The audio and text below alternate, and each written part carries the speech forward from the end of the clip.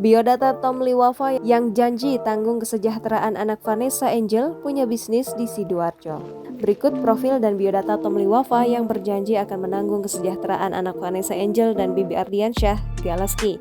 Diketahui sosok Tom Liwafa menjadi sorotan ketika dirinya turut membantu mengurus jenazah Vanessa Angel dan Bibi Ardiansyah di Rumah Sakit Bayangkara Surabaya pada Kamis 4 November 2021. Tom Liwafa merupakan seorang crazy rich asal Surabaya yang memiliki sejumlah bisnis yang telah tersebar di beberapa kota di Indonesia.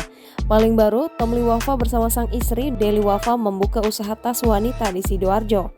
Pada sebuah kesempatan, toko milik pengusaha muda Surabaya itu memberikan 150 tas cantik ke pengunjung toko yang menyertakan bukti sertifikat vaksin.